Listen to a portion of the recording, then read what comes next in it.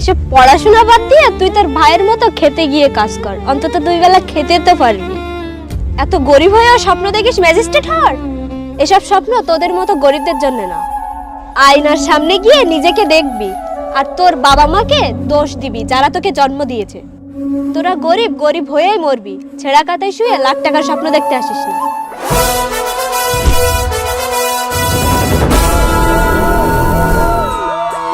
Yes দীপ্ত না? আমার তো বিশ্বাসই হচ্ছে না, ম্যাজিস্ট্রেট।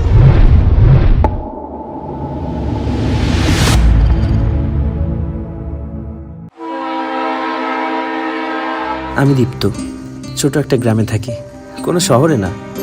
একটা গরিব পরিবারের ছেলে, কিন্তু তার স্বপ্ন অনেক বড়। গ্রামে ছোট্ট একটা বাড়ি আছে আমার, যা আমার কাছে কোনো রাজমহলের থেকে কম নয়। আর এটা আমার ভাই। ছোটবেলায় মা বাবা মারা যাওয়ার পরে এই ভাইয়াই আমাকে আগলে রেখেছে। কোনো কিছুর অভাব হতে দেয়নি আমার সব স্বপ্ন পূরণ করেছে। এখন তার স্বপ্ন পূরণ করাটা বাকি। ভাইয়ার স্বপ্ন একটাই, সে আমাকে একজন ম্যাজিস্ট্রেট হিসেবে দেখতে চায়। আর আমার স্বপ্নও এটা।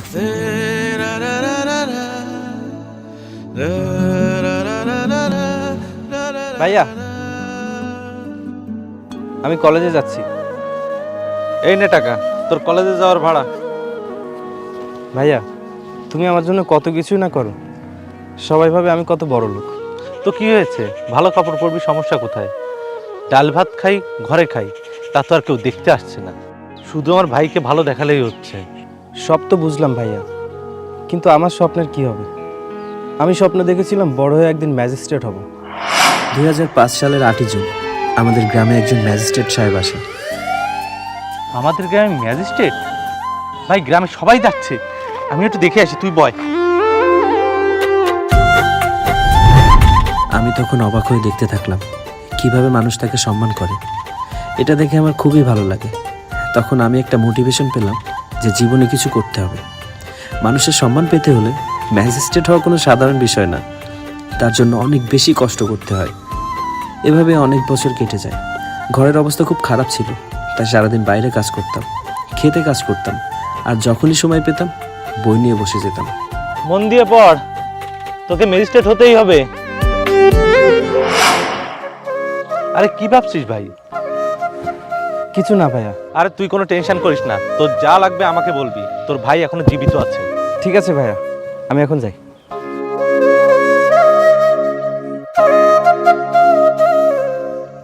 আর এভাবেই ভাইয়ার কাছ থেকে টাকা নিয়ে নিয়ে আমি গ্রাম থেকে শহরে পড়তে যেতাম।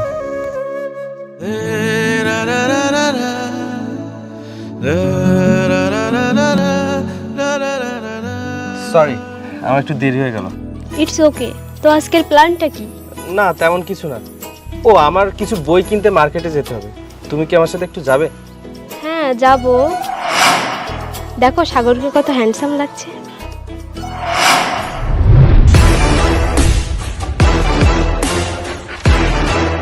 হ্যাঁ, অনেক স্মার্ট লাগছে দেখতে। আচ্ছা, উনি পুলিশে চাকরি পেয়েছেন না?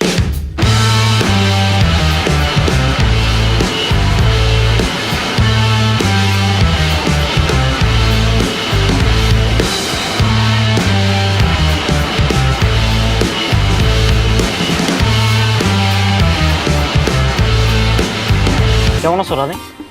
ভাই, আপনি পুলিশে চান্স পেয়েছেন তাই না? হ্যাঁ, আমি পুলিশ। কি অবস্থা তোমার?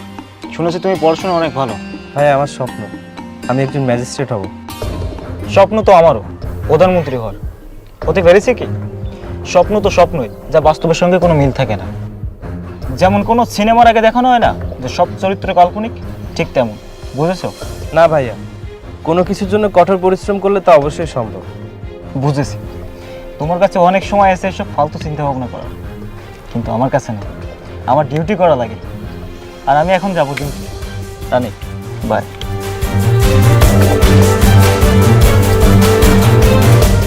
আরে তুমি ওর কথায় মন খারাপ করো না তো। কাল তো তোমার জন্মদিন, কি প্ল্যান করলে? কি আর প্ল্যান করব, জন্মদিন তো প্রতি বছরই আসবে। হ্যাঁ, প্রতি বছরই আসবে, কিন্তু এবার আমি আছি তো, কিছু স্পেশাল হোক।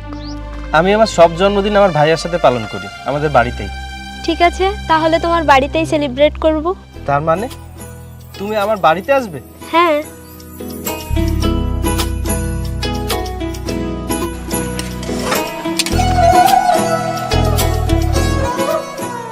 আজকে আমি অনেক খুশি, কারণ আজ আমার জন্মদিন।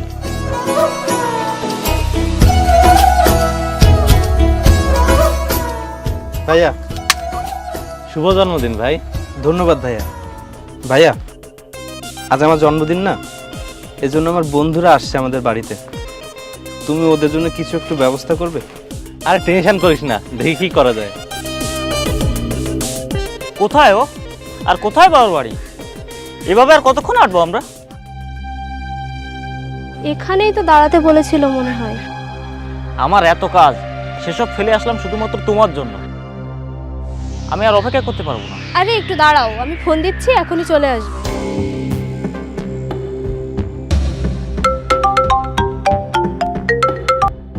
হ্যালো, কোথায় তুমি?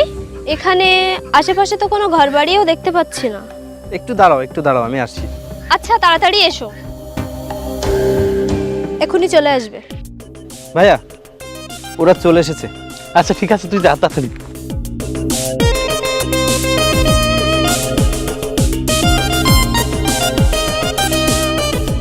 এসেছে তাহলে? সরি, একটু লেট হয়ে গেল। আরে ভাইয়া, আপনি? হ্যাঁ আমি। কেন, আমাকে দেখে খুশি হওনি নাকি চলে যাব? রানী বলল তাই আসলাম। না না না, তা কেন হবে? আসলে আমি ভাবতে পারিনি যে আপনি আসবেন। তা কি এভাবে রাস্তায় দাঁড়িয়ে থাকবো নাকি বাড়িতেও নিবে? হ্যাঁ হ্যাঁ, চলো ভাইয়া, চলুন। সেই কখন থেকে দাঁড়িয়ে আছি। তোমার বাড়িটা কোথায়? আজ প্রথমবার রানী আমার বাড়িতে আসছে। ও জানে আমি গরিব, কিন্তু কতটা গরিব সেটা জানে না। এসো, এটা আমাদের বাড়ি। এটা তোমার বাড়ি? হ্যাঁ, এটা আমার বাড়ি। আর এই হচ্ছে আমার ভাইয়া। ভাইয়া, তোমরা এসেছো? চলো ভেতরে যে বসবে। না না না, আমরা এখানেই ঠিক আছি। আচ্ছা, তাহলে আমি তোমাদের জন্য পানি নিয়ে আসি। আরে না না, তোরা থাক, আমি নিয়ে আসছি।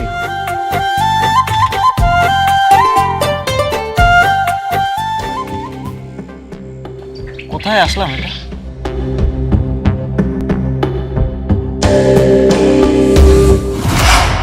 সি, এই গ্লাসে পানি খাবো আমরা? এই না পানি। না থাক, আমরা মাত্রই পানি খেয়ে এসেছি। আচ্ছা ঠিক আছে।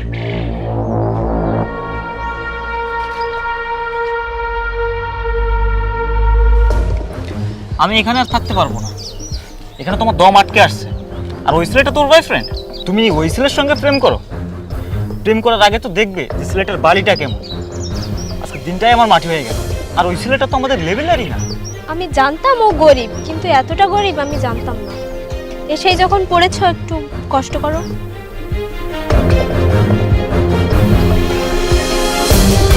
তোমরা ঠিক আছো তো?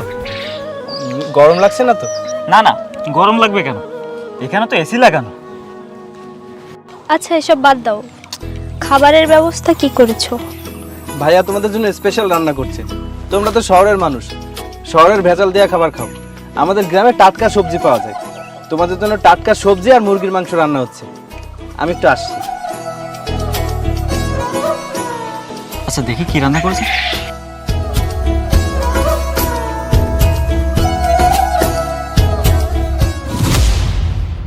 আপনি কি মাটির চুলায় রান্না করেন? হ্যাঁ, মাটির চুলায় রান্নার খাবার মজাই আলাদা।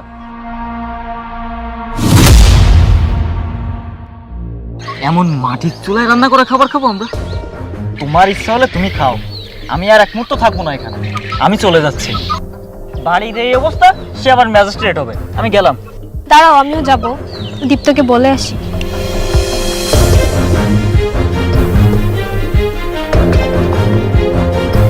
শোনো, ইম্পর্টেন্ট কল এসেছে, আমাদের যেতে হবে। কিন্তু ভাইয়া তো তোমাদের জন্য রান্না করছে, খেয়ে তারপরে যাও। আরে তুমি বোঝার চেষ্টা করো, আমাকে পৌঁছে দিবে কে? আমাদের যেতে হবে। আর তোমার বার্থডে আমরা কলেজে সেলিব্রেট করব। Bye, happy birthday.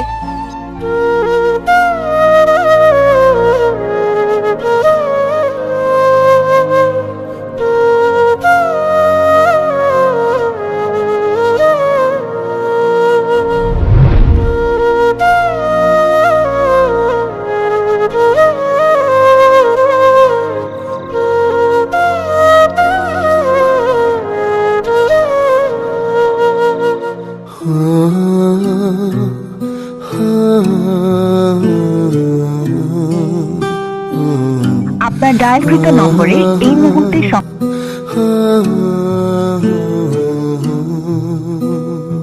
আপনার ডায়ালকৃত নম্বরে এই মুহূর্তে সংযোগ। ওই দিনের পর ওর সাথে আমার আর দেখা হয়নি। ও আমার ফোন ধরে না, সব জায়গা থেকে ব্লক করে দিয়েছে। ওর সাথে আমি কথাও বলতে পারছি না। এভাবে অনেক দিন কেটে যায়। হঠাৎ একদিন হ্যাঁ হ্যাঁ, তুমি জানো বাড়ির সবার চোখ ফাঁকি দিয়ে আমি শুধুমাত্র তোমার জন্য রাস্তার পাশে এসে বসে আছি। I love you too. ঠিক আছে, কাল কিন্তু আমরা রেস্টুরেন্টে খাবো, আর আসার সময় গাড়িটা নিয়ে এসো কিন্তু।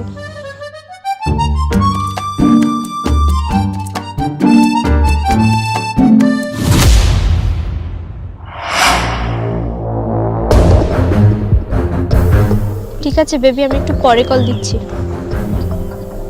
রানী, তুমি কোথায় ছিলে এতদিন? তোমাকে আমি কত খুঁজেছি জানো? কলেজেও পাচ্ছি না, ফোনেও পাচ্ছি না। তুমি আমাকে ব্লক কেন করেছো? আমি কি এমন ভুল করেছি যার জন্য তুমি আমার সাথে এমনটা করছো? চুপ! আমি যদি আগে জানতাম ওই বস্তির মতো ঘর তোর, তাহলে আমি কখনো তোকে আমার বয়ফ্রেন্ড বানাতাম না, আর বাড়িও যেতাম না। তুমি আমাকে এখন এসব কেন বলছো? আমি তো তোমাকে আগেই বলেছিলাম যে আমি গরিব পরিবারের ছেলে। হ্যাঁ আমি জানতাম তুই গরিব, কিন্তু এতটা গরিব এটা আমি জানতাম না। এসব পড়াশোনা বাদ দিয়ে তুই তোর ভাইয়ের মতো খেতে গিয়ে কাজ কর, অন্তত 2 বেলা খেতে তো পারবি। এত গরিব হয়েও স্বপ্ন দেখিস ম্যাজিস্ট্রেট হওয়ার? এসব স্বপ্ন তোদের মতো গরিবদের জন্য না। আয়নার সামনে গিয়ে নিজেকে দেখবি আর তোর বাবা মাকে দোষ দিবি যারা তোকে জন্ম দিয়েছে। তোরা গরিব গরিব হয়েই মরবি, ছেঁড়া কাতায় শুয়ে লাখ টাকার স্বপ্ন দেখতে আসিস না। আমার চোখের সামনে থেকে যা, তোর এই চেহারা আর কখনো আমাকে দেখাতে আসবি না। আচ্ছা আমিই চলে যাচ্ছি, গরিব কোথাকার। ফু!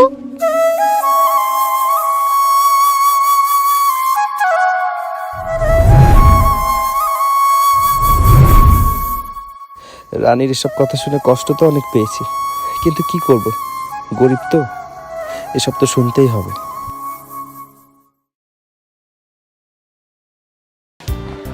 ভাইয়া, আমার কোচিংটা ওই পাশে।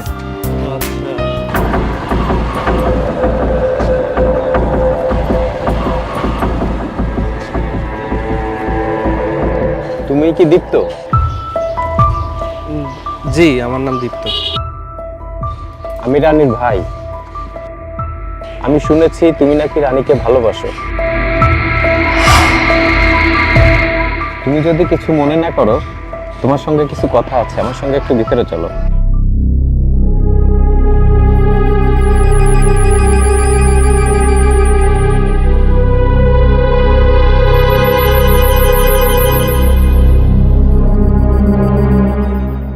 রানীকে ভালোবাসিস তুই? জি, পছন্দ তো করি। তোর সাহস কি করে হয় আমার বোনকে ভালোবাসার? এই শহরের সব থেকে বড় ডন আমি। শহরের সবাই আমাকে ভয় পায়, আর তুই এসেছিস আমার বোনকে ভালোবাসতে।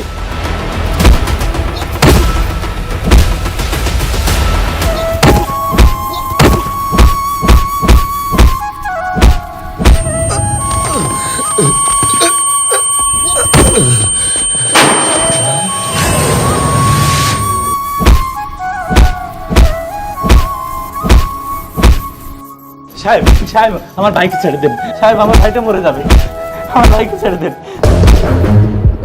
এবারের মতো ছেড়ে দিলাম, তোর ভাইকে বুঝিয়ে দিস, এরপর যদি আমার বোনের দিকে চোখ তুলে তাকায়, চোখ উপড়ে ফেলে দেবো। শালা গরিবের বাচ্চা।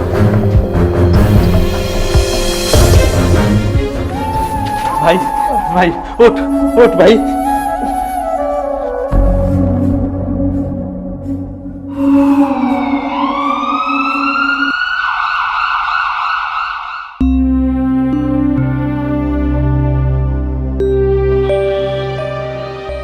টেনশন করবেন না, আমি ওষুধ দিয়ে দিয়েছি। আপনার ভাই খুব দ্রুতই সুস্থ হয়ে যাবে। যে ওষুধগুলো আমি দিয়েছি ওগুলো জাস্ট একটু কন্টিনিউ করুন। আরেকটা কথা, ওর জ্ঞান ফিরলে আপনারা ওকে বাসায় নিয়ে যেতে পারেন, কোনো দুশ্চিন্তার কারণ নাই। তাহলে ঠিক আছে, থাকেন, আমি তাহলে আসি। ওঠ ভাই, ওঠ ভাই, ওঠ। তোর কিছু হয়ে গেলে আমার কি হবে? আমি কি নিয়ে বাঁচবো? মা বাবাকে কি জবাব দেবো? তাদেরকে দেওয়া কথা যে আমার রাখতেই হবে। ওঠ ভাই, ওঠ ওঠ।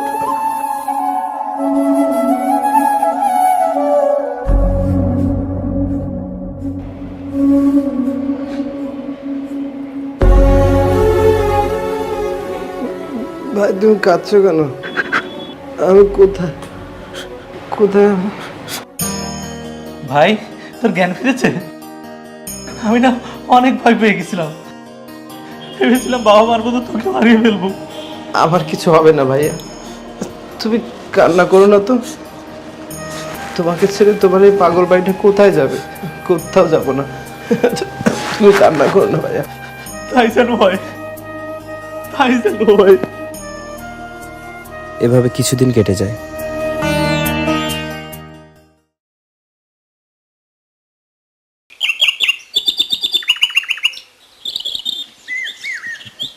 কিরে ভাই, বিসিএস এর জন্য অ্যাপ্লাই করবি না?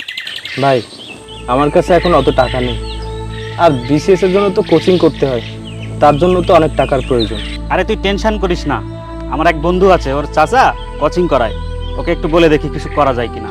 থ্যাংক ইউ রে, অনেক বড় উপকার করলে তুই আমার। আরে কিসের থ্যাংক ইউ, আমি যাই।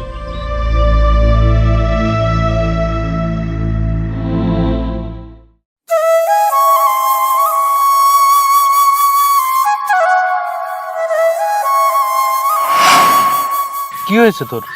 তেমন কিছু না ভাইয়া। বল আমাকে কি হয়েছে? ভাইয়া তুমি তো জানো আমার বিসিএস ক্যাডার হওয়ার স্বপ্ন ছিল যে একজন ম্যাজিস্ট্রেট হব, কিন্তু তার জন্য তো অ্যাপ্লাই করতে হবে, কোচিং করতে হবে, অনেক টাকার প্রয়োজন। এত টাকা আমি কোথায় পাবো? আমার মনে হয় স্বপ্নটার পূরণ হলো না ভাইয়া। তুই একটু দাঁড়া।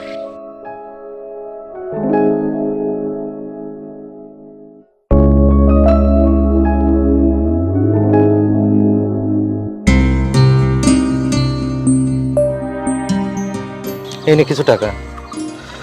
অনেকদিন ধরে জমিয়েছিলাম একটা ট্র্যাক্টর কিনবো বলে। এই ট্র্যাক্টরটা হলে জমি চাষে অনেক সুবিধা হতো, কিন্তু আজ এই টাকাটা তোর বেশি প্রয়োজন।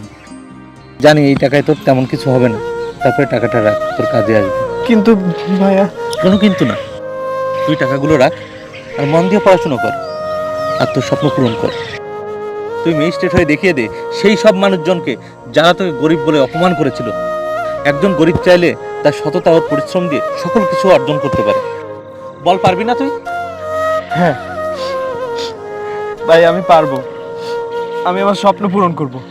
আমি ম্যাজিস্ট্রেট হয়েই দেখাবো। তার জন্য আমার যত পরিশ্রম করতে হয় আমি করব, কথা দিলাম তোমাকে ভাইয়া।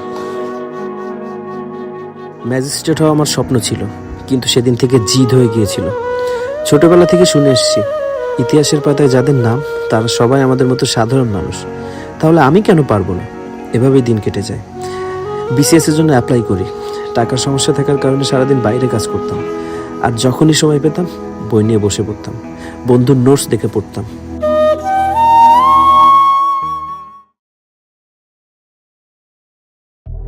চার দিন হয়ে গেল ভাইয়া জেলে। তুমি তো পুলিশ, তুমি কিছু করতে পারছো না? আমি কি করবো বলো? আমি তো অত বড় পোস্টেও না যে আমি কিছু করব। আমি তো সামান্য একজন কনস্টেবল, আর তারপরও যদি কিছু করতে যাই তাহলে আমার চাকরি নাও থাকতে পারে, কারণ তোমার ভাই তো অনেক বড় সন্ত্রাসী। তাহলে এখন কি হবে? চলো এখন আমরা একটা কাজ করতে পারি। আমাদের এখানে নতুন ম্যাজিস্ট্রেট এসেছে, শুনেছি উনি অনেক ভালো, সবার সাহায্য করে। তাহলে চলো ওনার কাছে যাই। আচ্ছা দেখি, কালকে ওনার সাথে দেখা করার চেষ্টা করব। আচ্ছা দেখো একটু প্লিজ। আচ্ছা আমি তো ডিউটিতে আছি, এখানে এভাবে বেশিক্ষণ দাঁড়ানো যাবে না, আমি এখন যাই।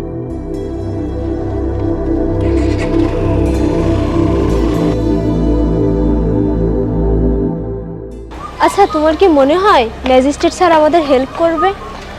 শুনেছি উনি সবাইকে হেল্প করে। তুমি একটা কাজ করবে, তুমি স্যারকে বেশি বেশি রিকোয়েস্ট করবে, তাহলে যদি কাজটা করে সে। হ্যালো, ওকে ওকে ওকে। শোনো, এইমাত্র খবর এলো ম্যাজিস্ট্রেট স্যার পাশেই মোবাইল কোর্ট বসিয়েছে, আমরা স্যারের সাথে গিয়ে ওখানে গিয়ে দেখা করি। আচ্ছা চলো।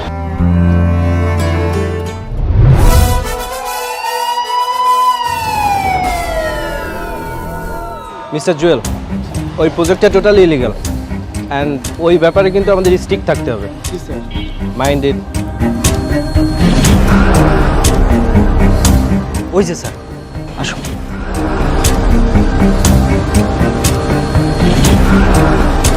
স্যার,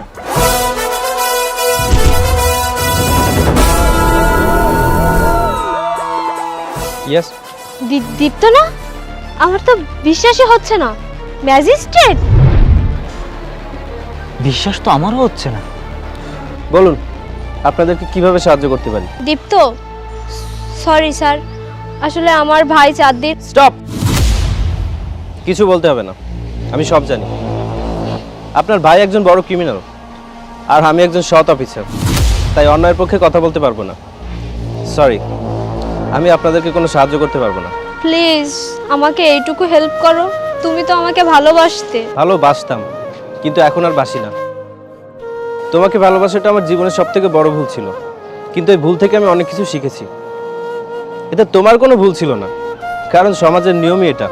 কেউ যখন গরিব থাকে সবাই তখন তাকে নিয়ে উপহাস করে, কিন্তু সেই গরিব যখন দারিদ্রতা কাটিয়ে জীবনে সফলতা অর্জন করে তখন ইতিহাসের পাতায় তার নাম লেখা হয়। কৃষক থেকে ম্যাজিস্ট্রেট। কিভাবে একজন গরিব কৃষক ম্যাজিস্ট্রেট হয় এটা নিয়ে সিনেমাও তৈরি হয়। তুমি অনেক উপহাস করেছিলে আমাকে নিয়ে, আমার অসহায়ত্ব নিয়ে। গরিব ছিলাম, ম্যাজিস্ট্রেট হওয়াটা আমার স্বপ্ন ছিল, সেটা তুমি ঠাট্টা হিসেবে নিয়েছিলে। আজ আমি সফল হয়েছি, আমি আজ ম্যাজিস্ট্রেট। একটা কথা মনে রাখবে, কারো টাকা হবে স্বাস্থ্য হবে না, কারো সুখ হবে সামর্থ্য হবে না, কারো পদ থাকবে কিন্তু সম্মান থাকবে না, আর কারো সব যোগ্যতা থাকা সত্ত্বেও কিছুই হবে না। শুধুমাত্র পরিশ্রমই পারে তোমাকে সঠিক জায়গায় পৌঁছে দিতে। আমি পরিশ্রম করেছি তাই পেরেছি। আই এম সরি, আমি তোমাদেরকে কোনো সাহায্য করতে পারবো না, কারণ আমি অন্যায়ের সাথে আপোষহীন। Just leave this place right now. গো।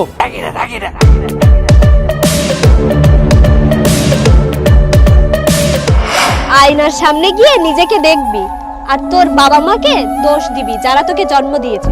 বাড়ির এই অবস্থা, সে আবার ম্যাজিস্ট্রেট হবে। আমি গেলাম।